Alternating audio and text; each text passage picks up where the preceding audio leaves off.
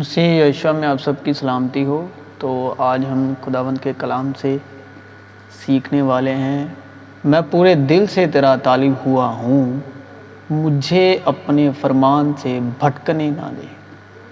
باپ نے مجھے سکھایا اور مجھ سے کہا، میری باتیں تیرے دل میں رہیں، میرے فرمان بجا لا اور زندہ رہ۔ میری باتیں میرے دل کی راست بازی کو ظاہر کریں گی، اور میرے لب جو کچھ جانتے ہیں، اور میرے لب یعنی ہونٹ جو کچھ جانتے ہیں اسی کو سچائی سے کہیں گے۔ پس غم کو اپنے دل سے دور کر اور بدی اپنے جسم سے نکال دے۔ غم کو اپنے دل سے دور کرنا پڑے گا اور بدی کو اپنے جسم سے نکالنا پڑے گا، کیونکہ لڑک پن اور جوانی دونوں باطل ہیں۔ مگر آج تک جب کبھی موسیٰ کی کتاب پڑھی جاتی ہے، یہ ان کے لیے ہے جو موسیٰ کے پیروکار ہیں، جو شریعت کے موسیٰ کے، یہ ان کے لیے ہے جو موسیٰ کے پیروکار ہیں، جو شریعت کے پیروکار ہیں۔ مگر آج تک جب کبھی موسیٰ کی کتاب پڑھی جاتی ہے تو ان کے دل پر پردہ پڑا رہتا ہے۔ یہ موسیٰ کے پیروکاروں کے لیے ہے، جو شریعت کو بڑے شوق دلی سے، بڑے تکبر سے سناتے ہیں نا لوگوں کو، یہ ان کے لیے ہے۔ لیکن جب کبھی ان کا دل خداوند کی طرف پھرے گا، جب خداوند آیا تو یسوع مسیح ہے، تو وہ پردہ اٹھ جائے گا، اور وہ خداوند روح ہے، اور جہاں کہیں خداوند کی روح ہے وہاں آزادی ہے۔ مگر جب ہم سب کے بے نقاب چہروں سے خداوند کا جلال اس طرح منعکس ہوتا ہے جس طرح آئینے میں، تو اس خداوند کے وسیلے سے جو روح ہے، ہم اسی جلالی صورت میں درجہ بدرجہ بدلتے جاتے ہیں۔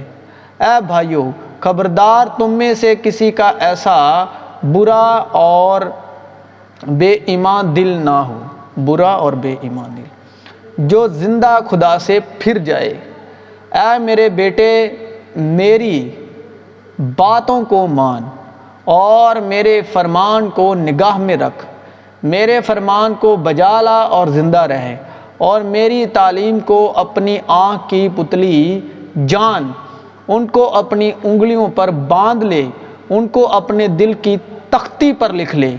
حکمت سے کہہ تو میری بہن ہے، حکمت سے کہہ تو میری بہن ہے، اور فہم کو اپنا رشتہ دار قرار دے، تاکہ وہ تجھ کو پرائی عورت سے بچائیں، یعنی بیگانہ عورت سے جو چاپلوسی کی باتیں کرتی ہیں۔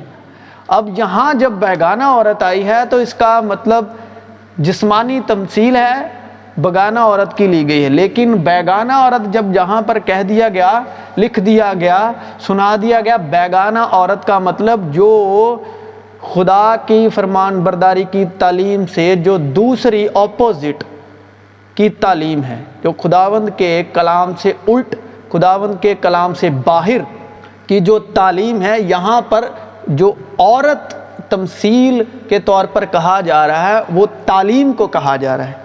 جو خداوند کی تعلیم سے الگ ہے وہ بیگانہ عورت کی تعلیم ہے، یعنی کہ اس تعلیم کو بیگانہ عورت سے مرج کیا گیا ہے تمثیل کے طور پر۔ اب بہت جو جسمانی لوگ جسمانی نیت سے کلام پڑھتے ہیں نا، وہ یہ سوچتے ہوں گے کہ کوئی بیگانہ عورت، دوسری عورت جو ہے، دوسری عورت نہیں بھائی، یہ تعلیم کی بات کر رہا ہے کلام۔